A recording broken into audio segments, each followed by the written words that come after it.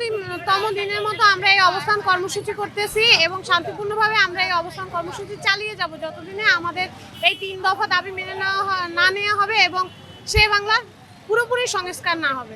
আচ্ছা, আপনারা সবাই জানেন যে বরিশালের একমাত্র যে হাসপাতালই রয়েছে শেরেবাংলা মেডিকেল কলেজ হাসপাতাল, যেখানে আসলে কোনো সুস্থ মানুষও যদি যায় সেখানে গিয়ে অসুস্থ হয়ে যায়। তো এটা আসলে আমাদের জন্য, বরিশালবাসীর জন্য একটা দুর্ভোগের কারণ। আমরা যারা বরিশালে থাকি তারা দেখেছি যে আমরা যদি একটা রোগী নিয়ে যাই, রোগী যতটুকু না অসুস্থ থাকে তার চেয়ে বেশি অসুস্থ হয়ে যায় ওইখানে গিয়ে। তো এই শেরেবাংলার যে সংস্কারটা, এটা এখন পর্যন্ত হয় না। আমরা 5ই আগস্টের পরে বহুবার চেষ্টা করেছি যেন শেরেবাংলা সে একটা উন্নত স্বাস্থ্য একটা মানুষকে যেন দেওয়া যায়, উন্নত চিকিৎসা, সেটা আজ পর্যন্ত হয়নি। তাই এইবার আমরা রাজপথে নেমেছি, যার অন্যতম উদ্দেশ্য হচ্ছে শেরেবাংলা সংস্কার সহ সারা বরিশালের স্বাস্থ্য খাতটাকে উন্নত করা। কারণ স্বাস্থ্যখাত ছাড়া একটা মানুষ কোনোভাবেই সুস্থ থাকতে পারবে না।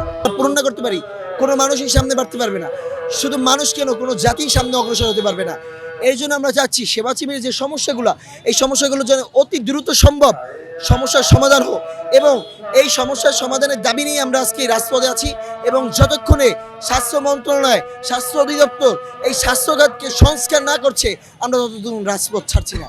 আচ্ছা, আপনারা হয়তো কম বেশি সবাই জানেন বাংলাদেশের যে সরকারি হাসপাতালগুলো, বিশেষ করে আমরা এখানে যারা এসেছি, আমরা প্রত্যেকে এই বরিশাল শেরেবাংলা মেডিকেল কলেজ হাসপাতালের সেবার দ্বারা ভুক্তভোগী।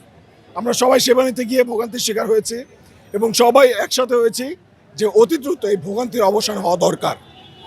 সেই প্রেরণা, সেই চেতনা, সেই চিন্তার জায়গা থেকে আমরা সবাই বরিশালবাসীর একসাথে হয়েছি এবং আমরা চাই যে সারা বাংলাদেশের, শুধু শেরেবাংলাই নয়, সারা বাংলাদেশের যত সরকারি হাসপাতালগুলো আছে সবগুলোর সমস্যা অতি দ্রুত এই সংকটগুলো নিরসন হোক।